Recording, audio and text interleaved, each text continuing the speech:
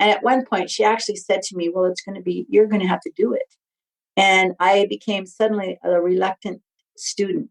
I became suddenly, I panicked actually in the face of it, really, because I didn't feel like I could even begin to be anything like her. And she said to me, it's not me you're going to be yourself. And that was really what she was doing the whole time, which really was miraculous. I am teaching you to be yourself, not me. 3, 2, 1. Welcome to the Campfire Circle.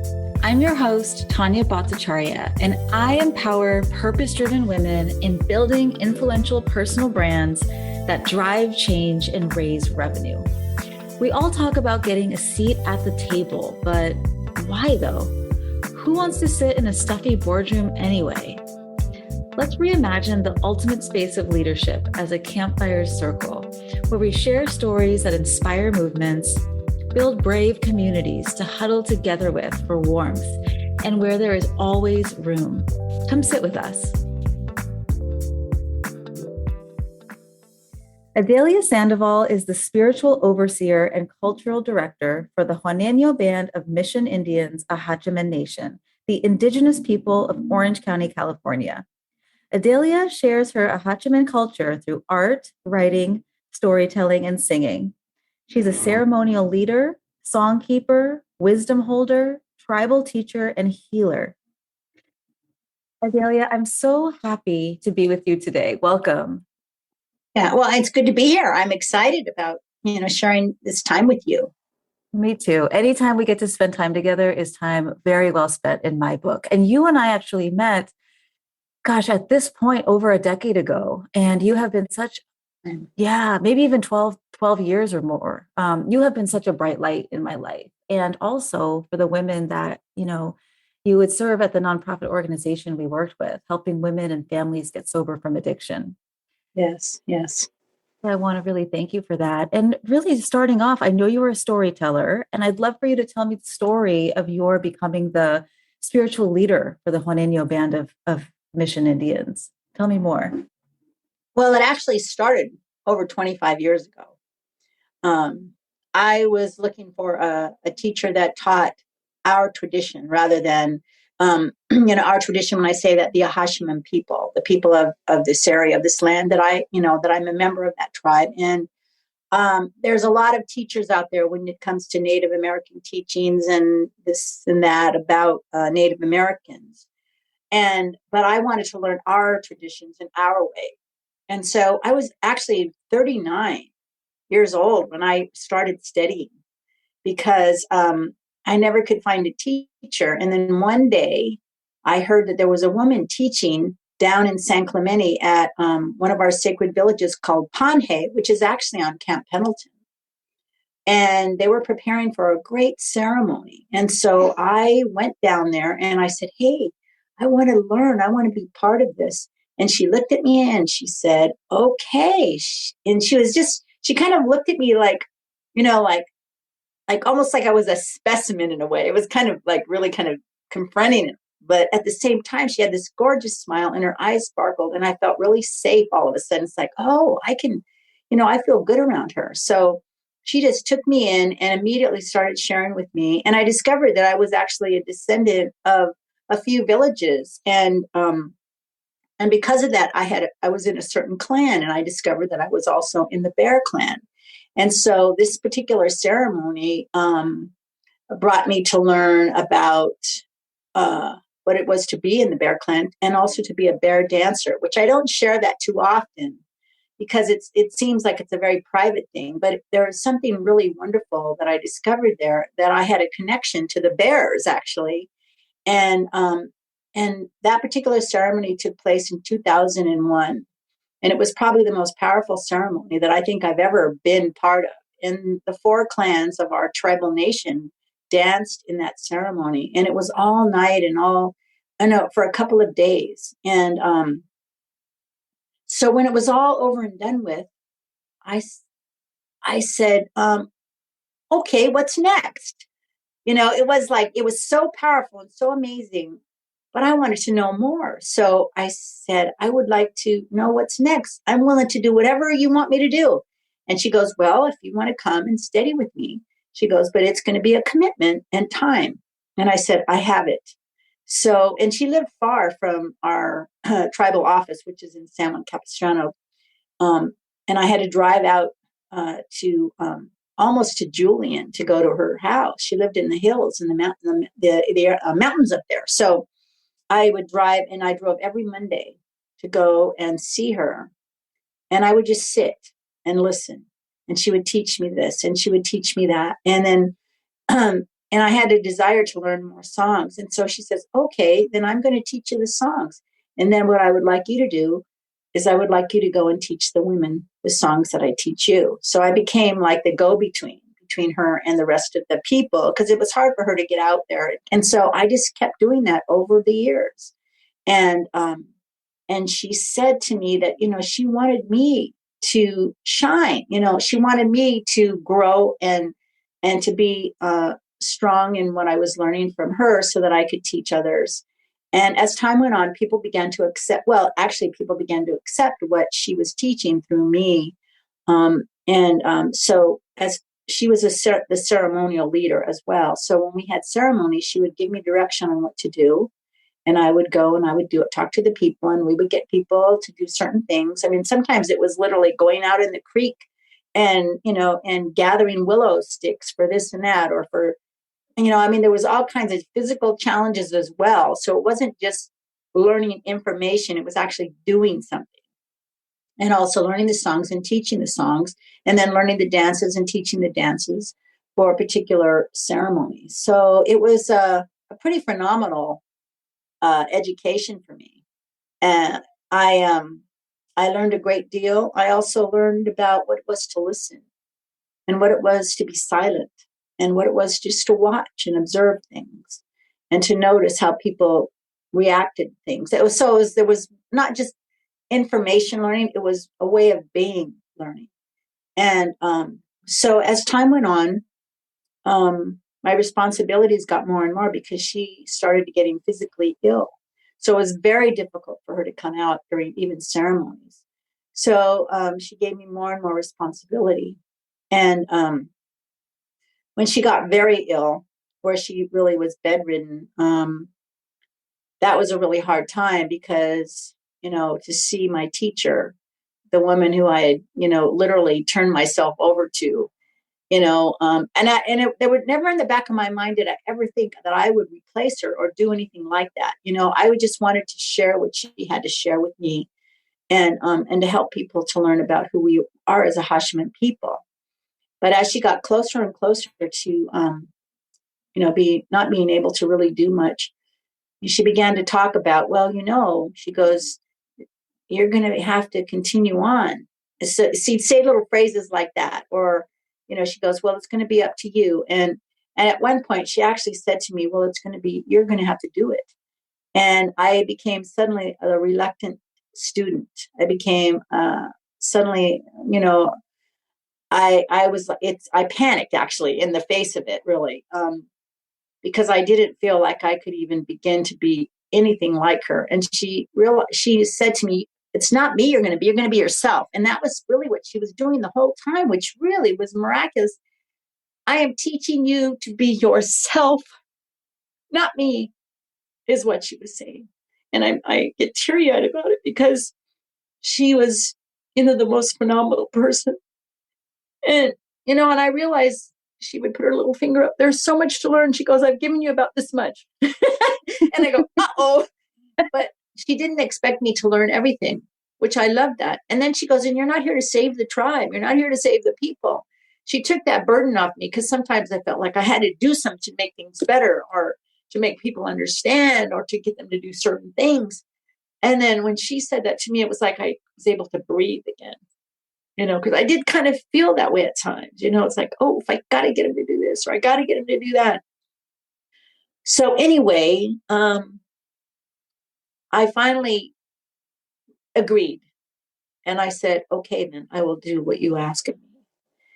And I think that was something that she was waiting to hear, because it wasn't too long after that she let go of this physical body that she had here and to go off and to do something wonderful, I'm sure, because she did believe that that's what we do. We go to the sacred resting grounds of our ancestors, she said. And there's a name for it in a way to get up there, so to speak, and it's part of the Milky Way galaxy. But she wanted me to know that that she had given me enough.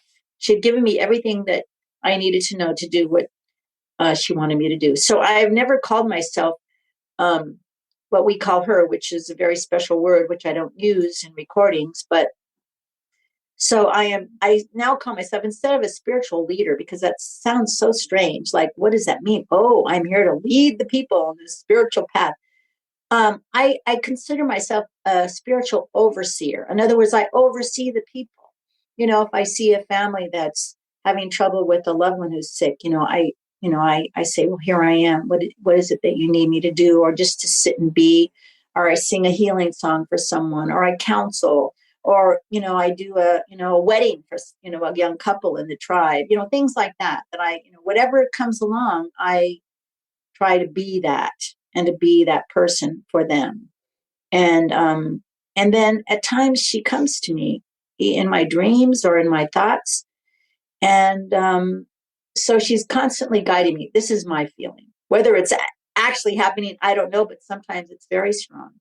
And so there's a lot of work that I yet have to do in my life that I want to do, to accomplish certain things for the people so that they have enough of her information to continue on even after I'm gone. So what I see is that what I do this day, I don't do it for myself. I do it for the generations to come, which is a very common phrase in the Native American culture of, when I say Native American culture, I'm talking about that whole culture, no matter what tribe, is that what we do this day, we do for the generations to come. And that is really a big part of the work that all of us are doing. I am almost speechless because that was so beautiful. And I know that you and I, Adelia, have spoken in the past about feelings of maybe imposter syndrome or feeling like maybe, are we the right ones? Are we the right ones to do this work? And you spoke so beautifully about how you, how you banish the spirit of imposter syndrome by realizing you just have to be more of yourself and you are divinely guided to do this work. Is there anything else that really helps you when maybe some of these feelings come up? Well, I also have a tremendous faith, something that was instilled in me from my grandmother to my mother to myself. When I say faith, it's a faith that was actually in a specific religious connotation. It would be Catholic. So, because when the Spanish missionaries came, our ancestors, those in the mission system became Catholics. And what I say when I talk about that, because some people have a really hard time with that whole period of history, which I can understand. But what I say is that our ancestors were deeply spiritual people before the missionaries came. And I know this by the songs and the stories that have come down through the generations. And how I learned about prayer and all of that was also through my grandmother and my mother. And my grandmother was a very devout Catholic woman, but she had her own way of doing things. And I used to spend every weekend over there when I was little. And so she would light candles she had all these saints, I call them statues of saints. And she would light her candles and I would just be in awe of that, and I saw that she was such a devoted woman. So that was one of my favorite things about being over at her house was they call it santitos and these little saints. But, she was always so happy. My grandmother was very happy and she also could be serious, but she had such a diligence, in the way she did things and the way she cleaned, but also in the way she made food for all of us, by snapping the beans. And she would show me these things. And so we'd sit on the porch and we would do these things, and she would teach me. And I really loved that. And so I learned her way of, prayer, but also her way of just, you just do one bean and then the next bean and the next bean, until everything is done, that kind of thing. One bean at a time. Yeah, at a time. And then my mother also had a tremendous devotion, and she was very prayerful. And she taught me about prayer when I was very little. And I won't go through that whole story of, how that, why, there's a cute little story, but I won't go into it now because it seems to be long. But what I did is I learned about what prayer was because my mother taught me. And out of doing that, I had this sense of peace because I was a very anxious child. I had a lot of fears and a lot of, for being a little bundle of energy. And so my mother realized she needed to help me with that. And I'm really glad that she did. And one of the ways that she helped me with that was to teach me about prayer and how to be, to ask to be helped. And I learned that at an early age. And that particular way of being has helped me throughout my whole entire life. And I've learned in my own way how to work with that. And that also helped me in learning from Kachi about the spiritual ways of our people, which that, so I kind of like took the two, the Catholic and the native Yahashiman teaching, and I kind of weaved it together for my own basket, so to speak. And a lot of people do that. I've talked to many Native Americans, especially those in the mission who have grown up as a result of the mission system. And a lot of them have learned how to do that too. So I'm not alone in that. And it's actually a beautiful. Oh, well, I think you explained it well. And I got the picture that it might make you feel like you don't have to have all the answers because you're divinely guided, right? Yeah. Yes. Because that's true. I love that. That's a perfect. I do not have to have all the answers. It's kind of like the same thing when Kachi says, you're not here to save the people. And then when I realized, oh, that's already been done. Somebody did that for everybody. Somebody already did that. However you want to call that particular person. So it's been done. So why should I have to be doing that? No. And so what I do is I'm just here to be helpful.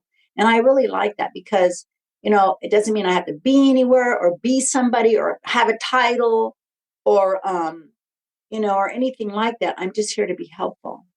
Yeah. And that sometimes can mean someone calling me and say, come and bless my relative that's dying. And I'll go, okay, I'll be there.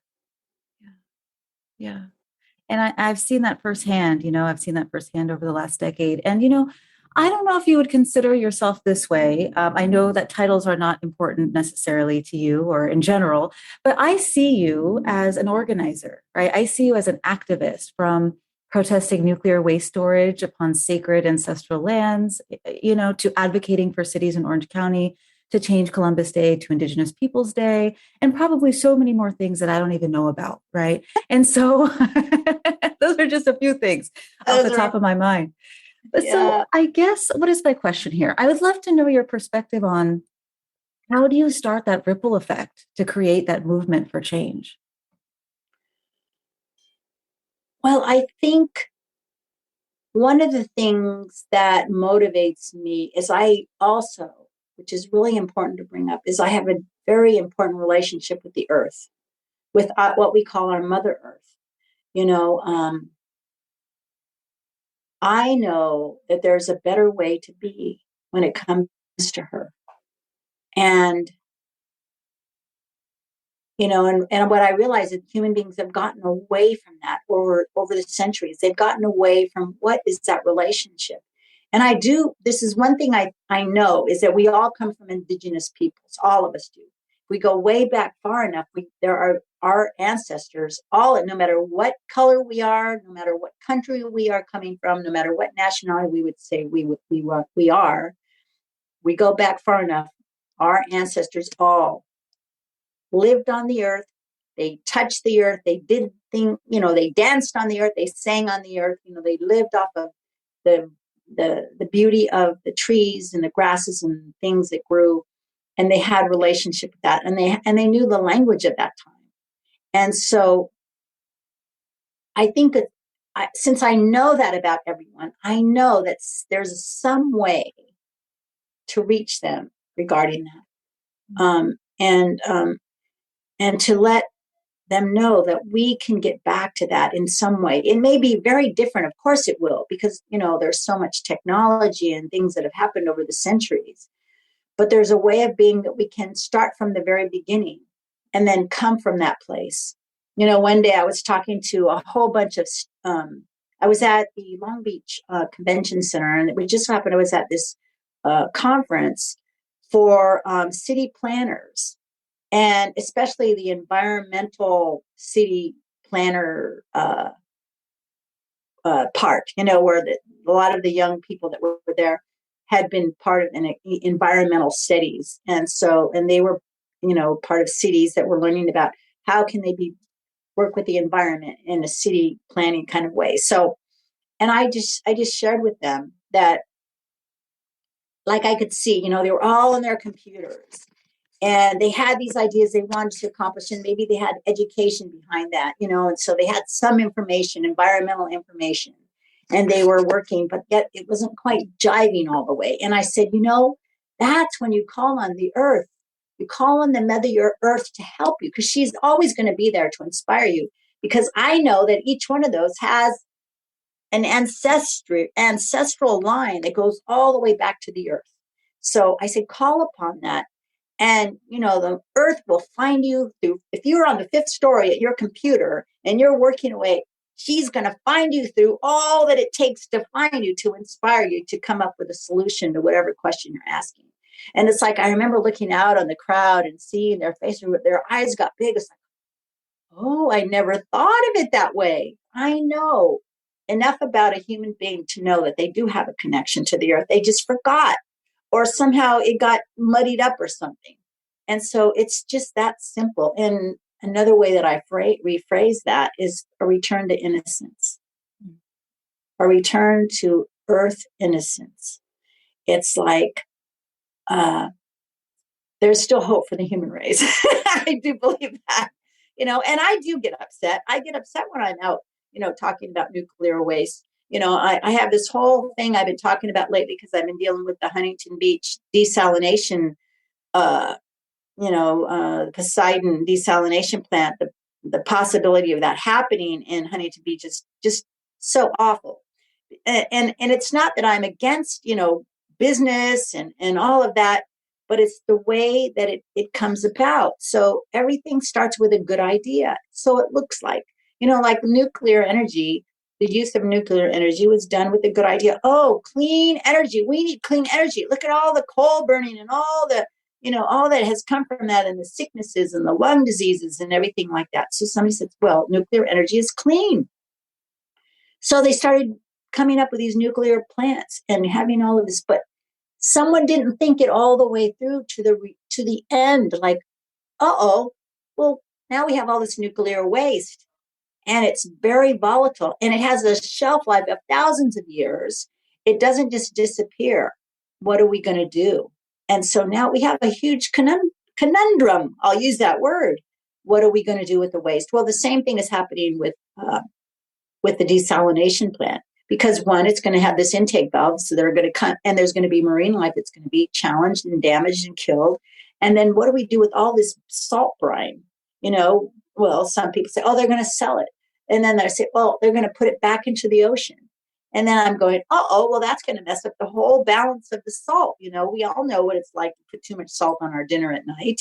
And so in the morning we're puffy and everything. Well, how is that going to affect the wetlands and the coast along the edges, with all that too much salt? So everything, these are the kind of things, think all the way through to the end, instead of thinking, how are we going to make more money? So that's one of my thoughts.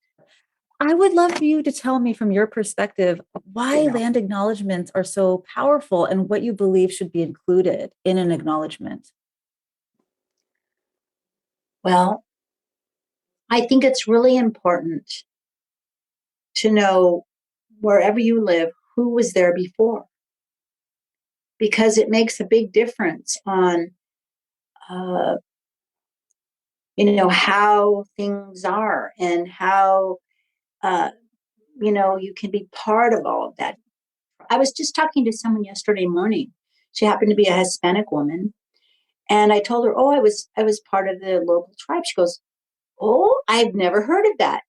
And I told her about the Ahashiman people, about the mission in San Juan Capistrano. I told her about the people of the land and, how we live here for thousands of years. And she was just totally blown away. And she's been in the United States for like 15, almost 20 years, and she's never heard of it. So that's just an example of, people don't know, where they're living, what the history of that place is. I think it gives you a sense of belonging when you learn about that. So land acknowledgement, I think it's good for others to acknowledge the land and who was here, because it shows then that there's some opening. There's an opening there. And I also know, I have a sense that land acknowledgements is kind of like being politically correct. I've noticed that too. And you know what? Okay. Let's say that is okay. And maybe, just maybe, out of that process, they'll get what it means. To be aware that there was something happening here before whatever that group or organization, there was something here already, and they acknowledge that and they want to honor that, and out of respect. So it's really a lot about respect and about being willing to be humble enough to say, I am not this person just coming in and taking over, or, trying to make it, all about me, or whatever, but rather humbly coming and saying, oh, we want to thank you for, it's not so much allowing us to be here, because, that sounds kind of odd to me, but to come and let's be together. Let's celebrate. Yeah. Well, what I can say for sure is I've seen you in action do this with the women that we served, and there was a difference in their faces, in their energy, in their spirit before you came and afterwards, and I will say that the women we served were struggling with addiction, which is a disease of isolation. And after you came in and, did ceremony and acknowledged the land of what came before us, there was like a connection point there. It was like that, that veil of separation went away. And it was like, no, we are all connected, right? We are all connected. And so sharing these stories helped connect us. They helped bind us in a really strong way. And so, I live by the Newport Back Bay, and I spend a lot of time there walking Gary. I know you spend a lot of time in San Juan Capistrano and Tustin. And I'm just wondering, and I'm sure some of these stories have been lost, but can you share any of the stories of what the village system was like here in Orange County before we were here? Well, when you say Newport Back Bay, that was a village. It was probably one of the largest villages of Genga. And Mariah and I, we go and we paddle out there on the ocean, on the bay. We go out there, and so kayaking and watching all the birds flying all around. Even Libby, I got to have her in between my legs, my little dog, in between my legs, sitting on the kayak, and she's like, looking for the bird.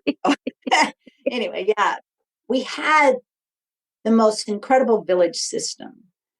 If you could just use your imagination and see, let's get rid of all the freeways in our imagination. Let's get rid of all the buildings and everything. Everything is just basically California native plants and bushes and trees and everything. It's just really kind of semi-arid in some areas along the coast. There's just teams of marsh grasses and birds and all kinds of creatures, just going around the edges, and you can see the dolphins playing in the ocean. I mean, it's just very idyllic.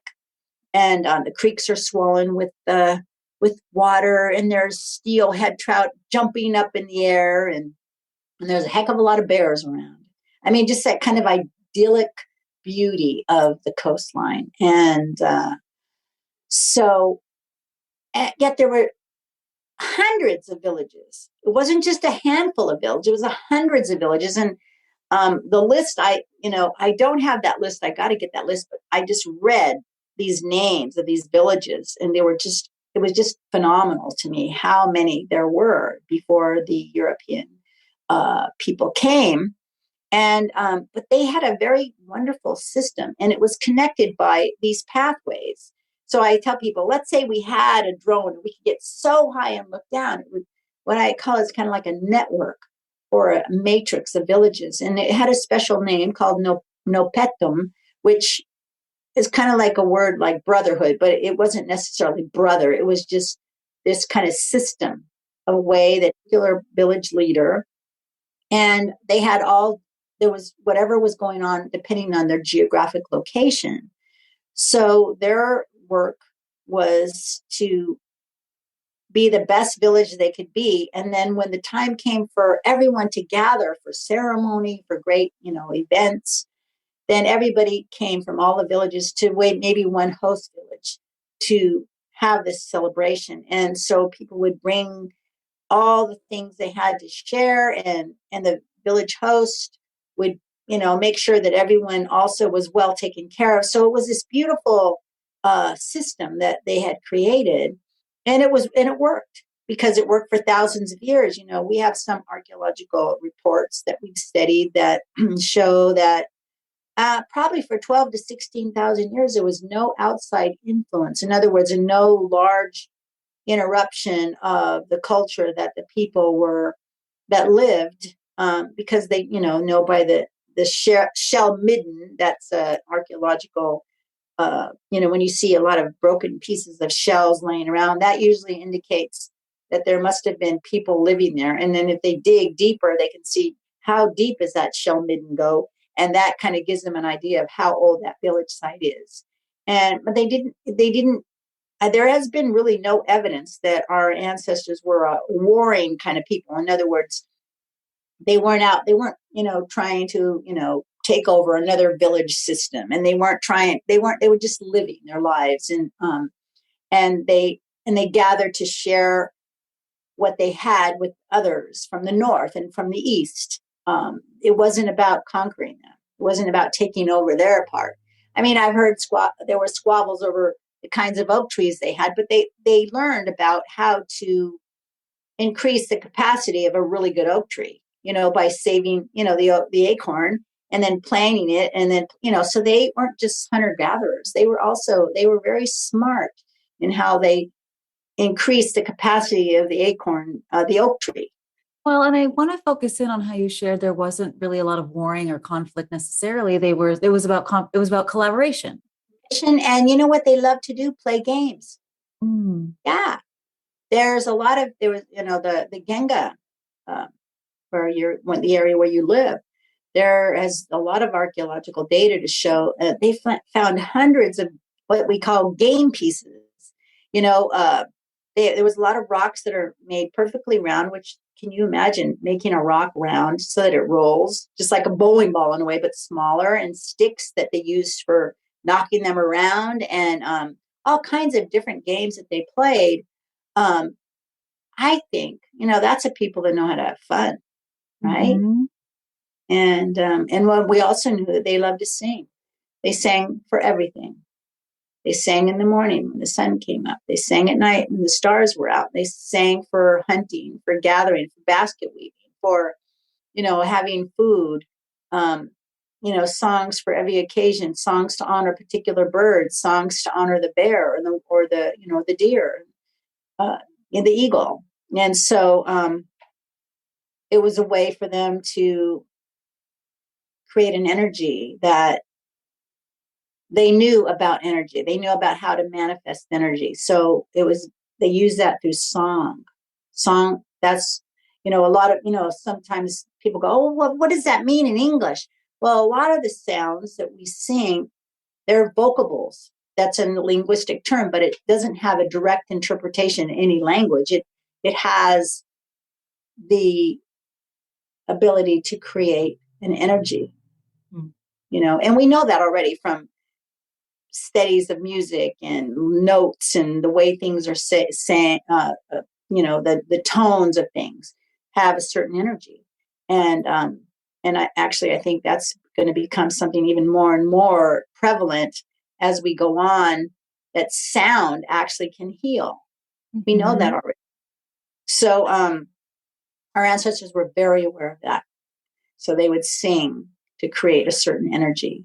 And in ceremony, I've discovered that in the way the songs are sung and the way that they're done is to produce a certain result. And that is what ceremony is. It's a way to create in a way that produces a certain result. So there was an intention behind it.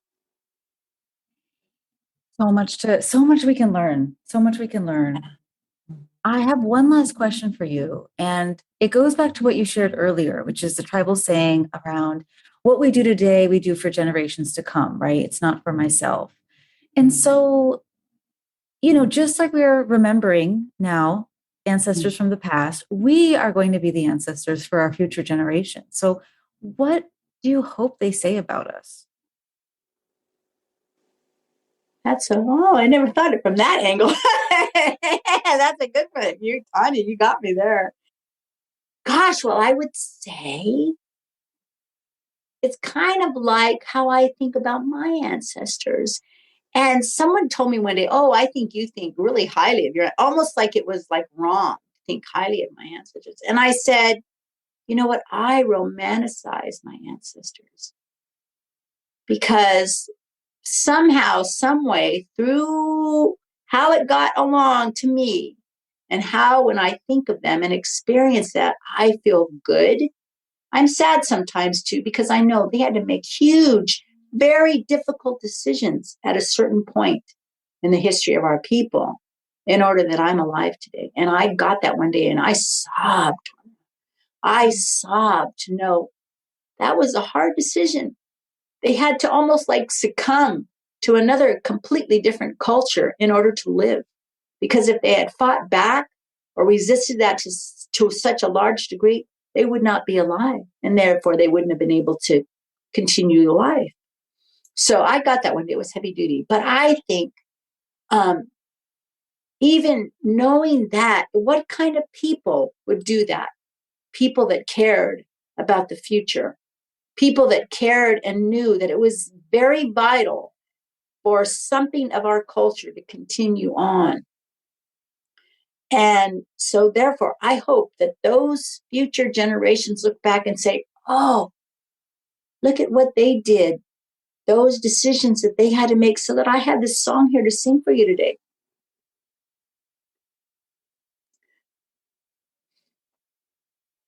That I have this story to tell you today, to teach you about the beauty of our Mother Earth. So I hope they romanticize us just like we do ours. Well, and thank you. Thank you for sharing that. And I think that I'm going to take what you said and really hold that in my heart, because a lot of the things we have to do as change makers, as purpose-driven women, the people listening to this podcast, it's hard. We are making hard decisions on a daily basis, whether we're running a nonprofit, whether we're running a business, whatever it is that we're doing, whether we're creating a movement. It is hard on a daily basis. But without that hard work, just think about the future generations and what they would not have if we aren't doing this hard work, right? It's not for us. It's not for us. It's for the future. Exactly. Yeah. Bigger than us. Yes. It's bigger than. Yeah. Thank you for sharing your heart with us today. I just love and appreciate you so much. Thank you for sharing. Thank you for being here. Thank you, Tanya, for doing this work that you're doing, giving us all the opportunity to share our story. And that's a good thing. Very good. It's a good thing because sharing our story creates that ripple impact, I think. And even if one person hears our story and does something different because of it, you just change the trajectory of the world in a good way. In a good way. Yeah.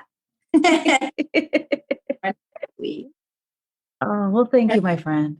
Thank you so much for taking the time to listen to me and to share with me and to do this good work so that others can benefit from our time together. Yeah. Thank you. Okay, then. All right. What'd you think? Leave us a review on Apple Podcasts, or even better, reach out and let me know through lumosmarketing.co. Yes, that's Lumos, as in the illumination spell from Harry Potter. Because when you shine, magical things happen. You can get social with me on LinkedIn, and of course, check out the show notes to stay in touch with our guests. Let's talk soon.